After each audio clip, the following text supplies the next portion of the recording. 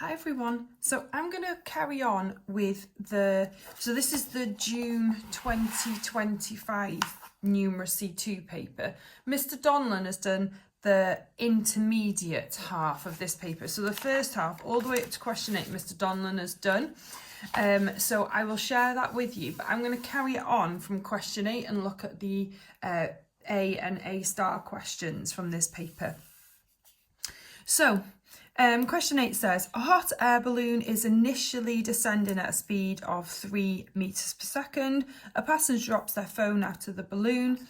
The phone accelerates due to gravity at a rate of 9.8 meters per second squared and hits the ground with a speed of 50 meters per second.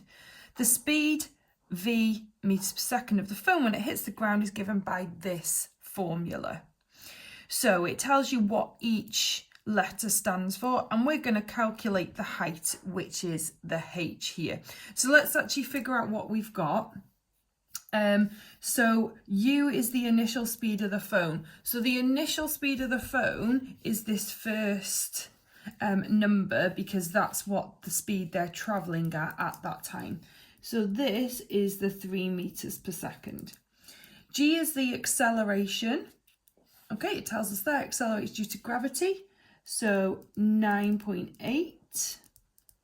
And then h is the one we don't know. So do we know v? V is the phone when it hits the ground and the speed. So it's this one here. So v is 50. So let's put it into the formula and see what we need to do. So 50 equals the square root of 3 squared plus 2 times 9.8 times h. Okay, so that's what we've got. So we'll do some calculations and we'll figure out what h is. So this is just a case of rearranging formula. So first of all, I would get rid of the square root. So I would square both sides. So 50 squared equals 3 squared plus 2 times 9.8 times h.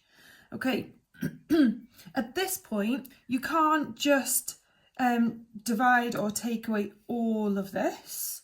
Okay, we have to do it separately. This part here, this 2 times 9.8 times h stays together. Okay, so first of all, we're going to take away 3 squared from each side. So 50 squared, take away 3 squared, equals this 2 times 9.8 times h. So this is the point where I'm going to use my calculator. I'm going to do some actual calculations. So 50 squared, take away 3 squared, gives me 2,491 equals 2 times 9.8, 19.6 times h. So to get h on its own, we would divide now. So we're going to do 2,491 divided by our 19.6, and that's going to tell us our value of h, which is, so 2491 divided by 19.6, 127. Okay, so I'm going to round it to 127.1. So that is the height, and that's meters, isn't it? So that's the height at which the phone was dropped. Okay, part B to this question. It says, consider the Earth to be a sphere. The mass of the Earth is 6 times 10 to the power 24 kilograms. Correct to 2 significant figures. So first of all, as soon as I see this, I know that it's upper and lower bounds. The volume of the Earth is 1.09 times 10 to the 23, correct to 3 significant figures. Calculate the greatest possible density of the Earth. So we want the greatest possible density. Now remember, I told you that density isn't as difficult as it looks. We look for the formula. The units, here it is. It's kilograms per meters cubed. So I know the kilogram stands for the mass. So I know I'm going to do mass divided by meters cubed, which is the volume. And that's going to give me the density. So I don't need to learn anything. I can just look at my units here. Right. Let's unpick what we want though. It says we want the greatest possible density. Okay, so let's actually just do our upper and lower bounds first. So if we've got 6 6.0 times 10 to the 24. Correct, two significant figures. So this has already been rounded to two significant figures. So the smallest it could possibly be is 5.95, or it's going to be 6.05. And we know that we're going to have to attach this times 10 to the 24. I'll do the same with the second one. So correct to three significant figures. So that's got 3 digits. So now we're going to have to give it a 4. So 1.085 or 1.095. So there's my upper and lower bounds. We're doing a division, so we need to think carefully about how we're going to make sure we get the greatest possible density. To get that, you need to do the upper mass, so it's the greatest mass, divided by the lowest volume. That is going to give you the biggest number.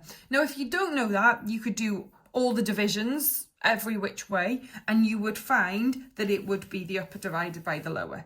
So we need to do 6.05 times 10 to the power of 24 divided by 1.095 times 10 to the power of 21. And this is where I'm going to use my calculator. I'm actually just going to put it all in. I'm not going to even think about using my brain in that sense, because I don't need to. So I've got a times 10 button to the power of 24 over 1.095. I've just used the upper. There's my lower, 85, sorry. So 85 times 10 to the power of 21. And I get my answer as, so it doesn't say that I need to give my answer in standard form. So the greatest possible density is 5,576. Okay, part C. So we've got a picture here, not drawn to scale. We've got the Earth, and I'm guessing it's orbiting the Sun here. So here are some approximations about the Earth's motion around the Sun. The Earth follows a circular path. Okay, so I'm already thinking about area and circumference of circles. So I'm thinking about pi r squared and pi times diameter. It says the Earth makes one complete revolution of the Sun in 365 days. And then the speed of the Earth is 29,700. And I'm guessing that's because I can see meters here, meters per second. Okay, so I'm guessing we're going to have to do something with the days into seconds. Okay, use these approximations to calculate the radius in meters of the Earth's motion around the Sun. So we want to know basically the distance between the Sun and the Earth here. Okay, that would be the radius of this circle, wouldn't it? Give your answer in standard form. So there's quite a few things to do here, but it's where do you start? So if we're looking at, we want to know, so it makes one complete revolution. That is circumference, not area. Area is the space inside. Circumference is the distance. So we're going to use that distance there. We've got a time and we've got speed. So this is going to link to speed, distance, time. So we're going to have to do some calculation here. We want to work out the distance, because I can't work this out because I don't have a radius or a diameter, because that's what we're actually going to find out at the end. We're going to have to use the formula to help us. So we know that speed equals distance divided by time. If I want to work out distance, we're going to use this. So distance equals speed times time. Okay, right. So it says we need the speed. We've got the speed here. So distance equals 29,700. The time it takes, now this is measured in seconds. So we need to change 365 days into seconds. Right. So it's 365. If I wanted to know how many, so I've got to turn it into hours, then minutes, then seconds. So to go to hours, we're going to times it by 24. To go to minutes, we're going to times it by 60. And then to go to seconds, we're going to times it by 60 again. So 365 times 24 times 60 times 60. So that is 31,536,000. So if I just write it on here, so that's to hours, to minutes to seconds. Okay, so we're going to multiply our 29,700 by that number we've just figured out. Okay, so our distance equals, so times by 2,9,700. So I've already got it in standard form here. So it's 9.366192 times 10 to the power of 11. I'm going to keep that in the whole number. I'm not going to change it, okay? Right, what we know now is the distance is the circumference of the circle.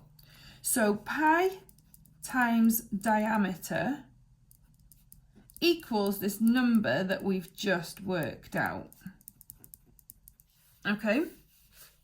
So to work out the diameter, I'm just going to divide this number by pi. So I've already kept it on my calculator. So divide by pi, and it gives me the answer of 2.9813 and so on, times 10 to the power of 11. So that's the diameter. Our question is asking for the radius. So what do I need to do? I'm going to divide it by 2 because we know that the diameter is double the radius. Okay, so divide by 2. And this is where I'm going to round now. So I'm going to round to 2 decimal places. Seems appropriate. So 1.49 times 10 to the power of 11. And there's the answer.